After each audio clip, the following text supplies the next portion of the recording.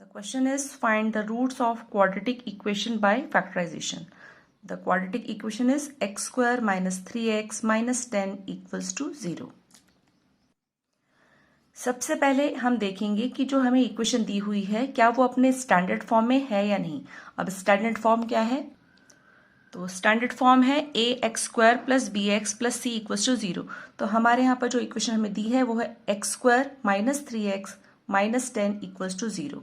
तो ये अपने स्टैंडर्ड फॉर्म में है. मतलब यहाँ पर जो वेरिएबल है x उसके सभी 3 टर्म्स को x की डिसेंडिंग पावर की ऑर्डर में लिखा गया है. यहाँ पर x का पावर 2 है, यहाँ पर x का पावर 1 है और यहाँ पर x का पावर 0 है. तो ये हमारी इक्वेशन स्टैंडर्ड फॉर्म में है. अब हम ये जो मिडिल टर्म है 3x bx, तो ये जो मिडिल टर्म है 3x हम इसको स्प्लिट करेंगे जिससे कि हमारी क्वाड्रेटिक इक्वेशन में 4 टर्म्स हो जाएंगे. तो हम एक्स स्क्वायर को एज इट इज लिखेंगे, हम 10 को एज इट इज लिखेंगे और हम 3x को स्प्लिट करेंगे. 3x को स्प्लिट करने के लिए हमें ऐसे 2 नंबर चूज करने होंगे जिनका प्रोडक्ट 1, जो एक्स स्क्वायर का कोएफिशिएंट है 1 और जो c है तो इनके प्रोडक्ट के इक्वल हो. 1 इंटू 10 मतलब a इंटू सी. हमें 2 नंबर्स चाहिए जिनका प्रोडक्ट 10 है और हमें -10 है और हमें 2 नंबर्स चाहिए जिनका सम -3 है. मतलब b की प्लेस पर है -3 तो हमें 2 नंबर्स चाहिए जिनका सम -3 है. तो हम पेयर्स देखते हैं कौन कौन से ऐसे नंबर्स हैं जो मल्टीप्लाई होने पर या जिनका प्रोडक्ट 10 है. तो 5 इंटू 2 ये मल्टीप्लाई होने पर 10 देता है और दूसरा पेयर है 1 इंटू 10 ये भी मल्टीप्लाई होने पर 10 देता है. अब हमें एक सूटेबल पेयर चाहिए इन दोनों में से. अब अगर हम 5 में से 2 को सब्ट्रैक्ट करें तो 3 आता है. तो I think this is the suitable pair.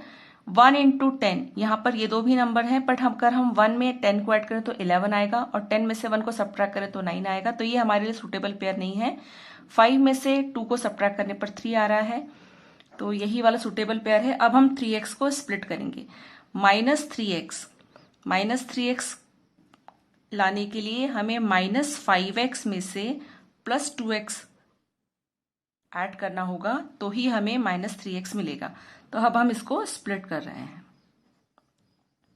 -5x और +2x. तो अब ये जो 3 टर्म्स थे अब ये 4 टर्म्स में कन्वर्ट हो गए हैं. अब हम इसके 2 पेयर्स कर लेते हैं और इनमें से कॉमन लेंगे. यहाँ पर है x कॉमन तो ये होगा x -5 प्लस 2. इन दोनों में 2 कॉमन है तो यहाँ होगा x -5 इक्वल्स टू 0. अब इस वाले पेयर और इस वाले में x -5 कॉमन है तो x -5 कॉमन है तो x प्लस 2 इक्वल्स टू 0.